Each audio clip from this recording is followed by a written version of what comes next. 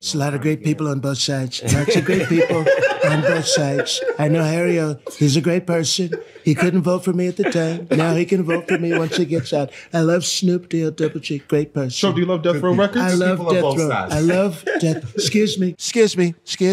Fake news. Fake news. They're trying to give me the... That's great. Excuse me. Fake reviews. They're trying to give me the virus. I beat the virus. Why you say they trying to give him the virus? Like, who is they? Trump gave what I think was probably one of the greatest speeches of world leaders given. You know, it's got to be up there with like Churchill, Gettysburg Address. It's the night the United States killed the leader of ISIS. Trump comes out of the Situation Room at like midnight in the White House, and he walks down that fucking tunnel like and gives a press conference like he's giving a post-game NBA, and just goes, Abu Bakr al-Baghdadi is dead. He died like a dog. And I didn't change one word of that. That's what he opened with. And then he did 40 minutes. The speech is 40 minutes. The meanest shit talk you've ever heard in front of the whole world. Abu. We could hear him crying. I said, Abu, don't cry. Abu. Let me tell you something. Abu cried. He cried quite a bit. I wouldn't have cried. Crybaby Baghdadi. That's what we were all calling it. I have not had an in-person interview with the former president. If I did, I would ask him. What would you ask? Look at this smirk. What are you going to ask?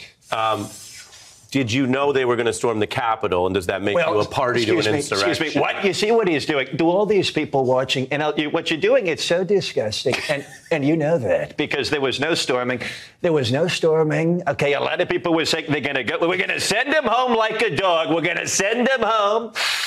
Back to China, and that's what they did. It's pretty uncanny. Well, it's very uncanny, but what's not uncanny is you saying we sent them there, which totally is not true. Thank you very much, China. Because Donald Trump gave the illusion that he was speaking truth to power. And now you got all these conservative fake news. Everything is a fake news. I don't care. Fake news everywhere. This is a very good good podcast. Right. Brilliant idiots. I'm a brilliant idiot. I'm just an idiot. No, I'm not an idiot. I'm brilliant. You guys are the idiots. Everything's fake, Charlemagne. Your name is not really Charlemagne. That is very true. Fake news. Piece of shit. This is a piece of shit podcast. You should be very embarrassed. Can we do a Trump off? No, Trump off. Trump off. Trump off. It's very good. There's a lot of guys doing... a lot of people doing me. You're a very good impersonator. Yeah, he's nice at it. It's not bad. Joe DeRosa, what a pig.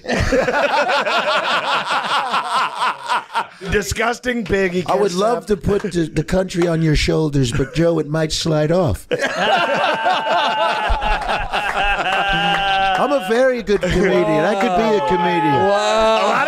A lot of guys say Joe's built like a worm. I don't say that. But Joe is built like a worm. He looks like the Men in Black aliens grew up.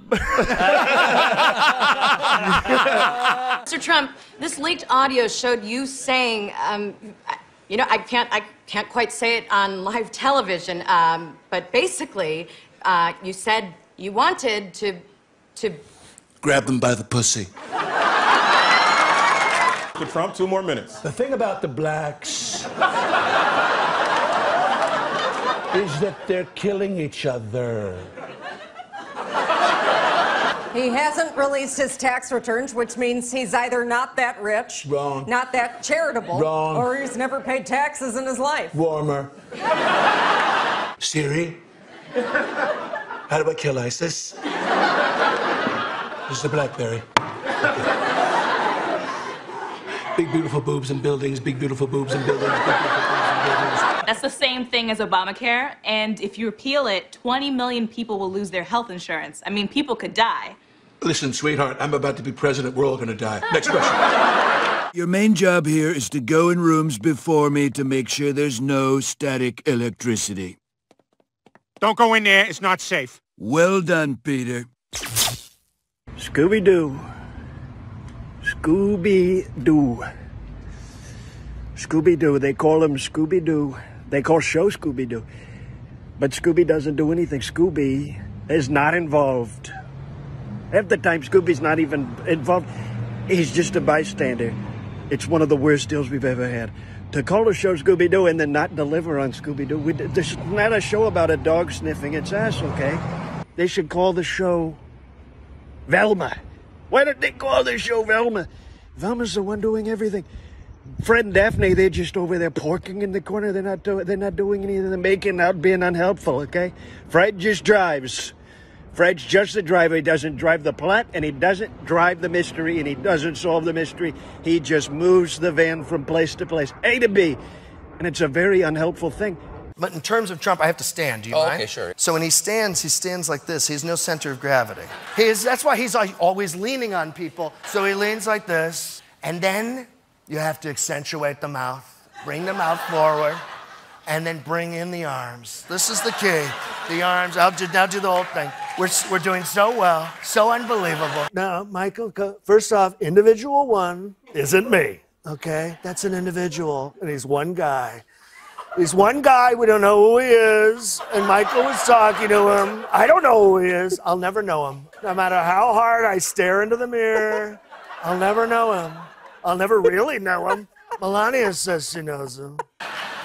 It's exactly how he drinks water. It's exactly... Like a dove drinking from a small pond. My support of Bill O'Reilly was wrong. Insensitive and totally stupid.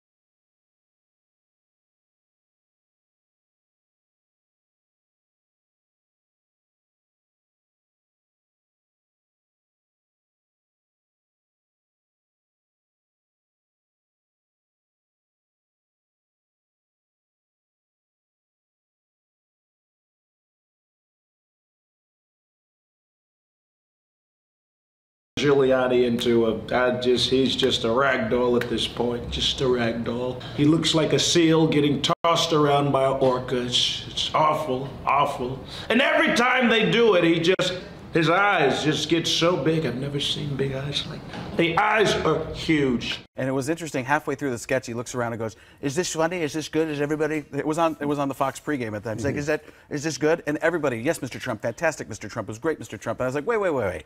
Does anybody ever say something's not good? He's like, no, Frank, that's part of the problem. I can't get real answers. So I was like, oh, he gets it. That was one of those moments for me.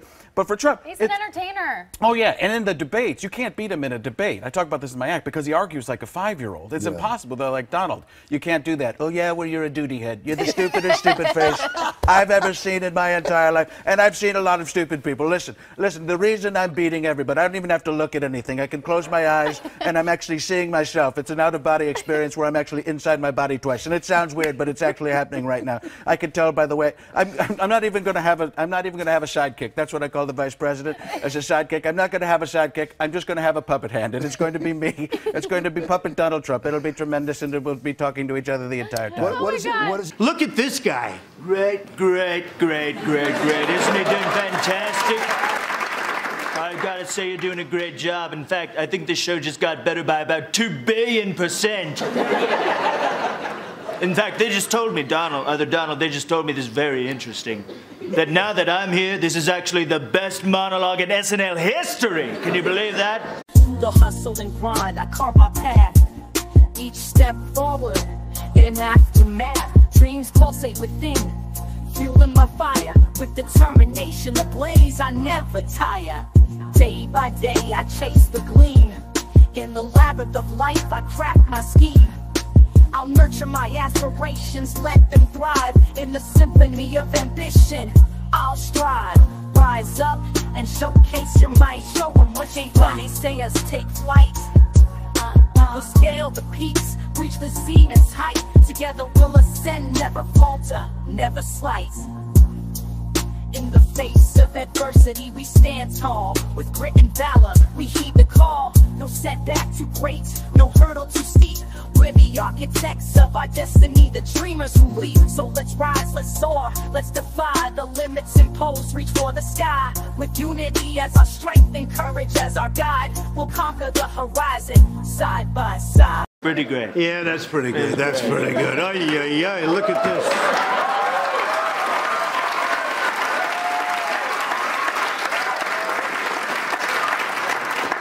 You think you're this terrific person. You think you're this, you think you're that. You're being very naive, and quite frankly, you're fired.